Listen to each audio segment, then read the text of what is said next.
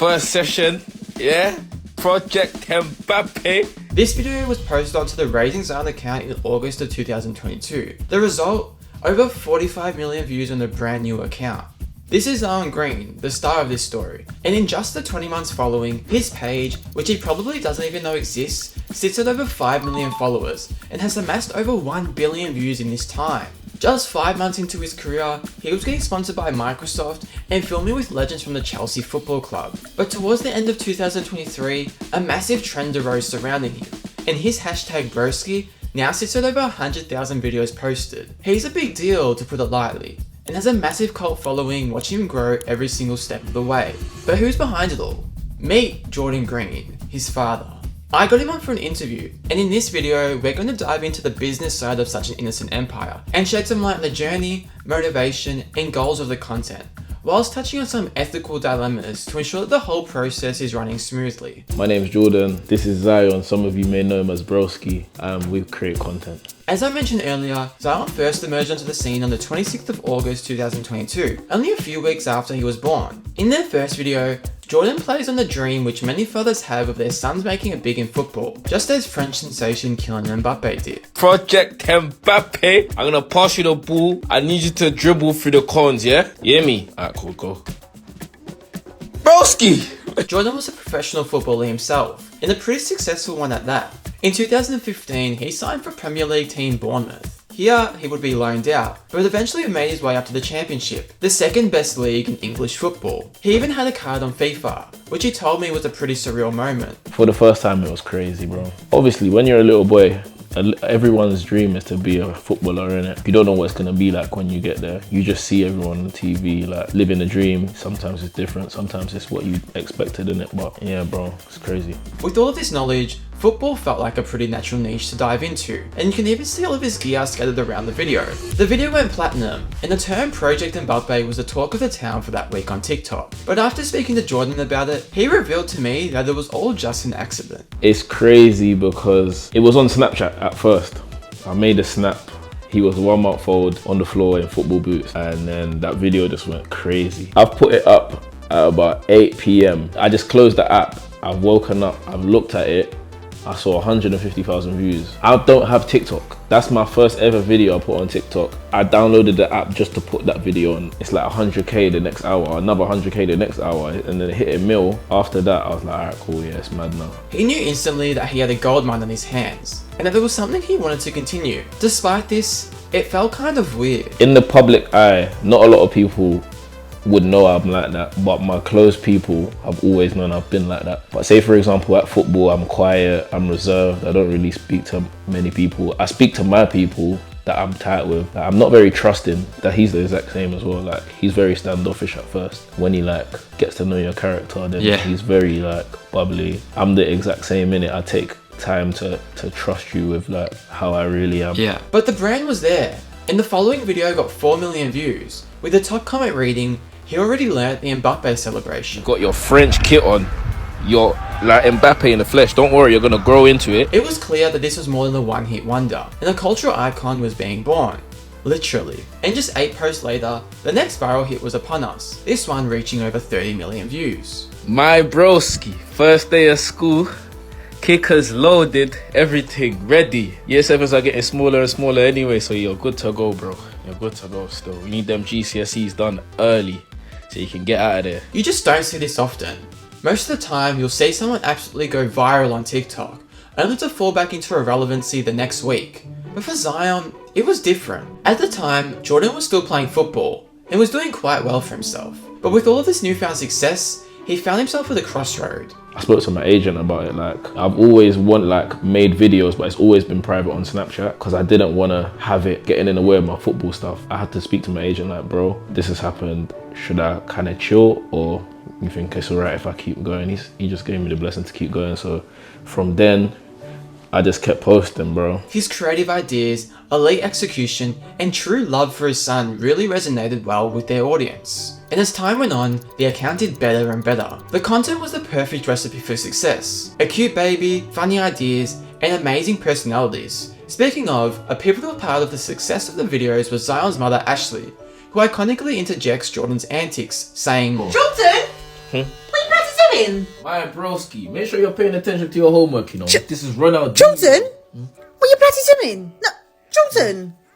Watching Pepper. No, you're not watching Pepper, Jordan. You're watching bloody football. Let's go. Jordan, what's going on? No, Jordan, it's not a sorry situation. Zion, blink twice if you need help. And with this wonderful family-friendly dynamic, it wouldn't be long until brands started noticing. And on the 1st of December 2022, only 5 months after their first post, Xbox would come knocking on their door.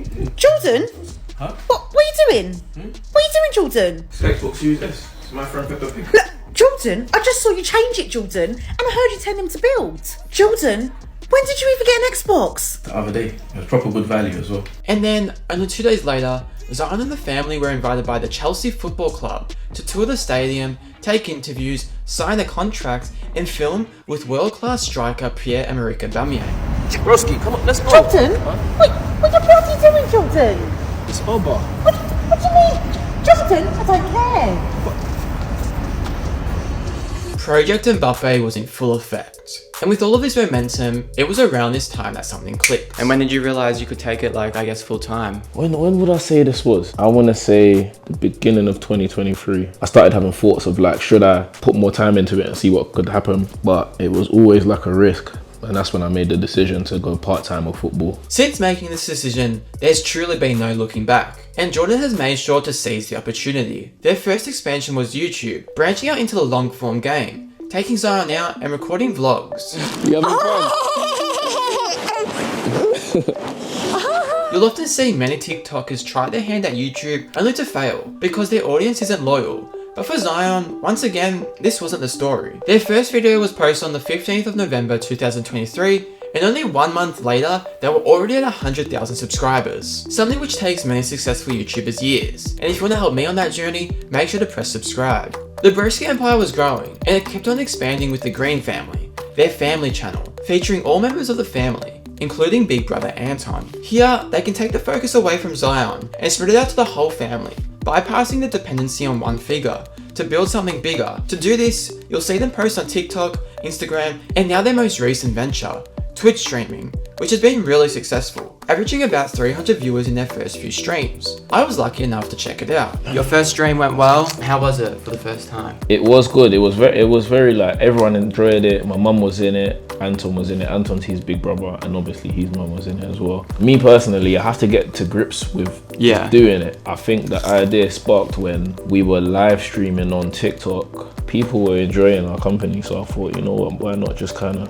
look into actually streaming and just see how it goes. So that's the venture. Now, with all this new content being pushed, and being pushed very successfully, I had a bit more of a hard-hitting question for Jordan. You see, family channels have a bit of a dark history on YouTube and the internet. I'll spare you a lot of the details, but just so you understand what I'm saying, there's been times in the past where there's been abusive, controlling, manipulative parents, scandalous clothing, unfair working conditions. The list just truly goes on and on. Now, to be clear, I'm not accusing Jordan and Ashley of any of these things. It's pretty clear when you watch the content that this isn't going on, and I made sure I told them that before taking this interview. But you can never be too sure. What steps are you taking to, one, ensure it's a safe working environment, and to make sure the kids aren't being used just as content machines? Yeah, literally, this guy, there's so many things that I've tried to shoot, and because he doesn't want to do it, like now, bro, we have to go, bro. You know what I'm saying? Like, we kind of do more. I might have to go get another packet of crisps. So good. Yeah, but literally,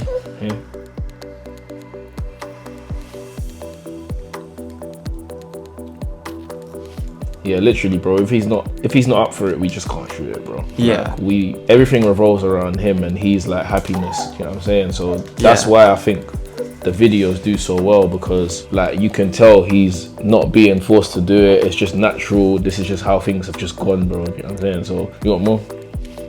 No. What do you want? You wanna go upstairs?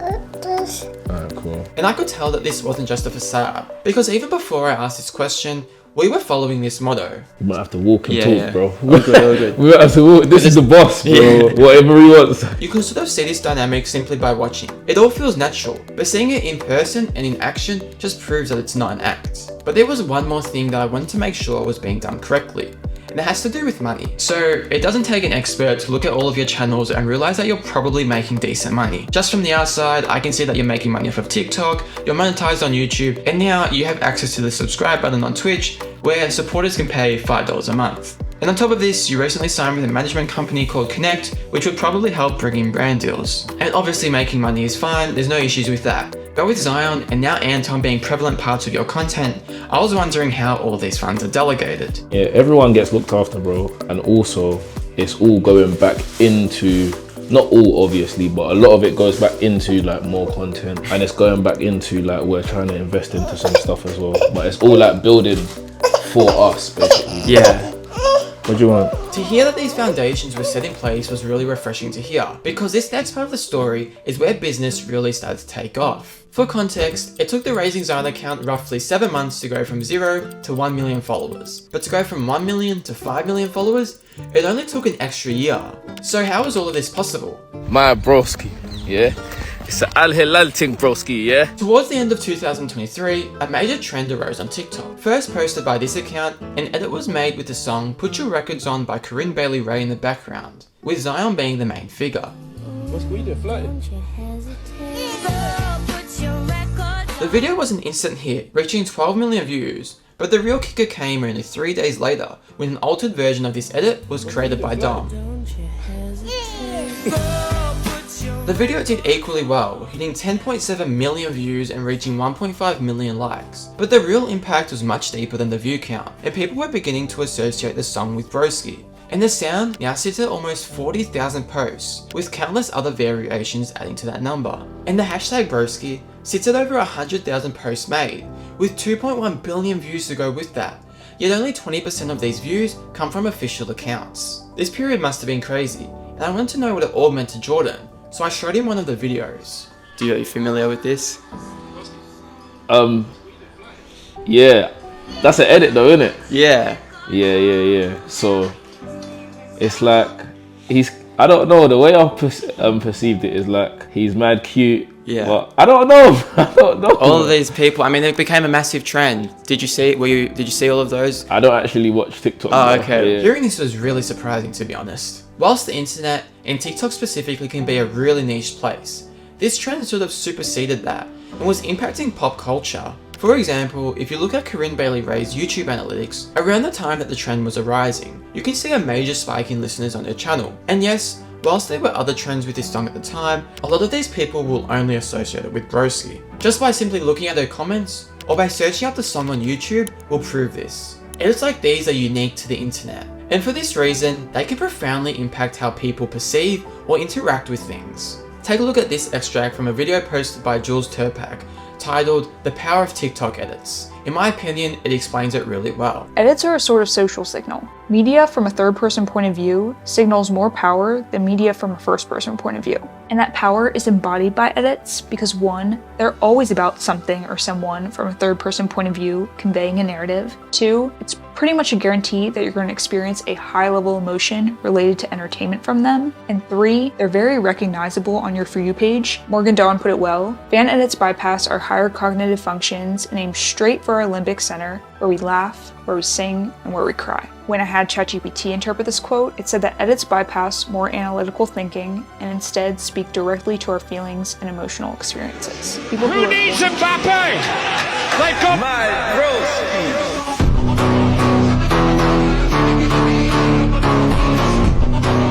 Obviously, with all of this attention, people seek a lot of information from the content that goes out. And a byproduct of this is the formation of parasocial relationships, which is where the viewers, even from behind the screen, can feel as if they know or are friends with the creator.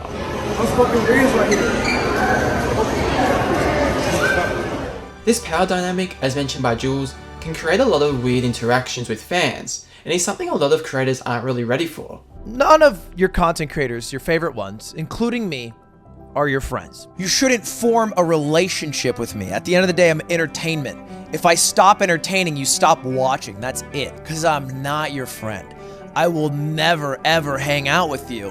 And I don't care about you because I don't know you. I can't. I don't want you to know all about me. I don't really tend to open up this window of, yeah, here's everything about me. You're a number for me.